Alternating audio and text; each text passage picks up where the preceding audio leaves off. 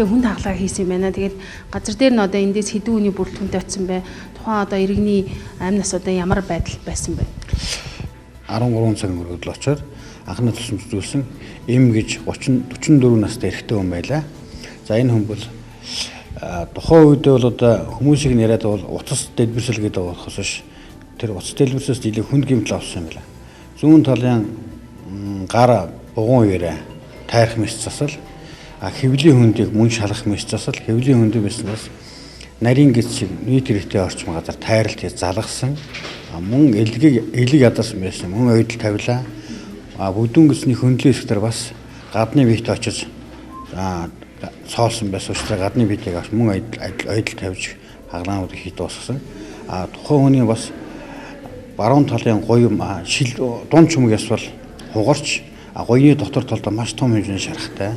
Зүүн талын дунд хуруу бас хугарч шарахтай. Ер нь хэвлийн болон цээжний хэсэг толгой нүүрний хэсэг нэлэнкүүдийг зулгарсан, урагцсан их хэмжээний шарх шалбархатай.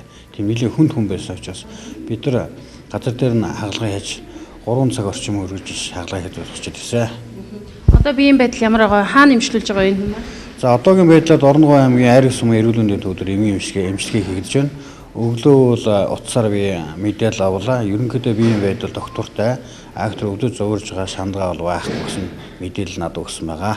За 2020 оны 1-р сарын 13-ны өдөр за Дорногой аймгийн цагдаагийн газрын Айраг сумын сум дуудах цагдаагийн тасагт бол Айраг сумын одоо сум дундын эмнэлгээс бол дуудлага мэдээлэл ирсэн байгаа. За уг дуудлагт бол одоо Айраг сумын 1-р багт үйл ажиллагаа удаг уул уурхайн компани ажилтан ажлын байран дээр одоо гар утасны дэлбэрсний улмаас бэртэж одоо эмнэлэг дээр ирлээ гэх дуудлага мэдээлэл ирээд одоо цагдаагийн байгууллага холбогдох шалгалтыг ажиллаж байна. Дэрсэн дуудлага мэдээлэлээр мөн одоо иргэн газрын үзлэгтэй холбогдуулаад одоо цагдаагийн байгууллага холбогдох шалгалтыг хийж байна. Яг одоо бол одоо хэрэг шалгагдж байгаа учраас яг одоо тэрнээс олсон гэх одоо юу зөв хэлэх боломжгүй байна.